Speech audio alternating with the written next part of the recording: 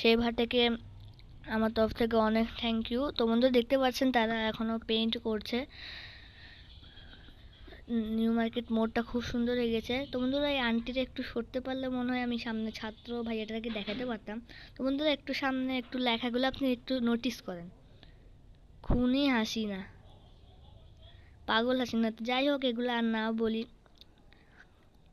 তিনিও বাংলাদেশের জন্য অনেক কিছুই করেছেন, তেমন না, সব মানুষ তো আর খারাপ হয় না। বন্ধুরা এই এলাকাটা কেউ চিনতেছেন? রেস্টুরেন্ট 24, নিউ মার্কেট মোড়ের একটু সামনে। তো